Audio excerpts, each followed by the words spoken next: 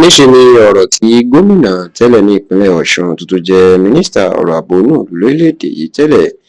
ọ̀gbẹ́ni abdulrauf adésọjí arẹ́gbẹ́ṣọlá níṣẹ́ ni ọ̀rọ̀ tó máa sọ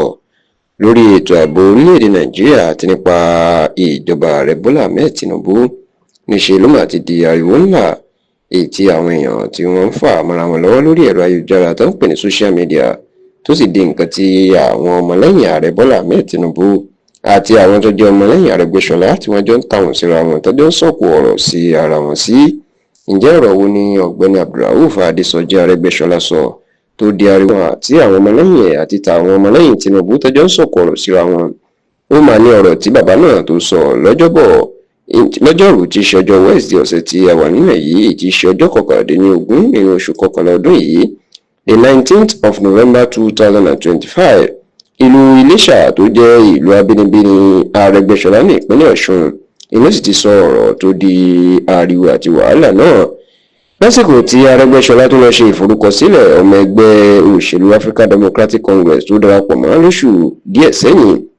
inú mà sọ̀rọ̀ lórí bí nǹkan ṣe ń lọ lórílẹ̀‐èdè Nàìjíríà pàápàá ètò ààbò tí ó mẹ́ẹ̀ gidigidi ẹ sì rántí pé lẹ́nu ọjọ́ mẹ́ta yìí níṣẹ́ ni ètò ààbò orílẹ̀‐èdè Nàìjíríà ló mẹ́ẹ̀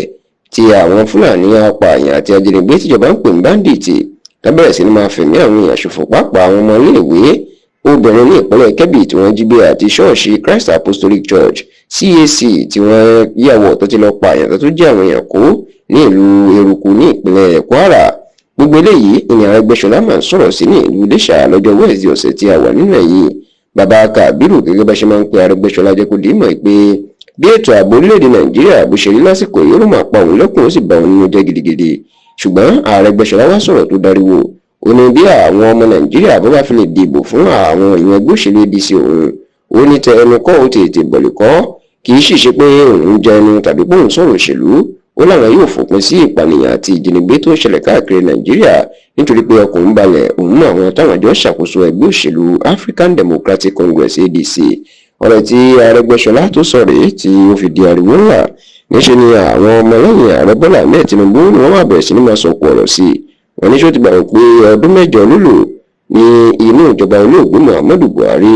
tí ó jẹ́ pé òun náà jẹ́ mínísítà àti ètò ààbò lábẹ́ tiwọn náà tó sì mẹ́hẹ̀. wọ́n ní kí ni orí ṣe sí nígbà náà tó sì jẹ́ kó di mọ̀ pé ẹnu ẹ̀dùn ò fọ́ gidigidi o àti pé bàbá náà kò mọ nǹkan tí ó ń sọ rárá.